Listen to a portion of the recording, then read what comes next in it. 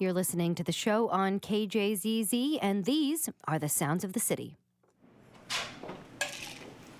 Watch your step, these stairs are kind of steep. My name is Brett Valliant, and I'm one of the organists here at Organ Stop Pizza. We are descending into the pit.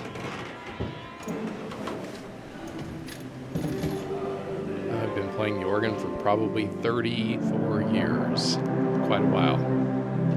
We've got lots of percussions, everything from the marimbas to the vibraphone, glockenspiel.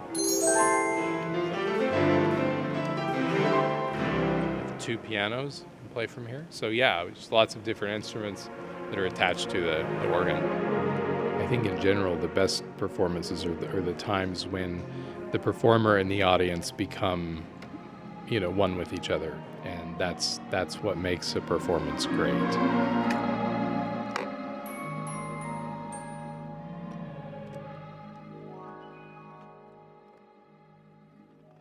That's Brett Valliant playing at Organ Stop Pizza in Mesa. If you have suggestions or hear things that make Phoenix, send us a note at theshow@kjzz.org.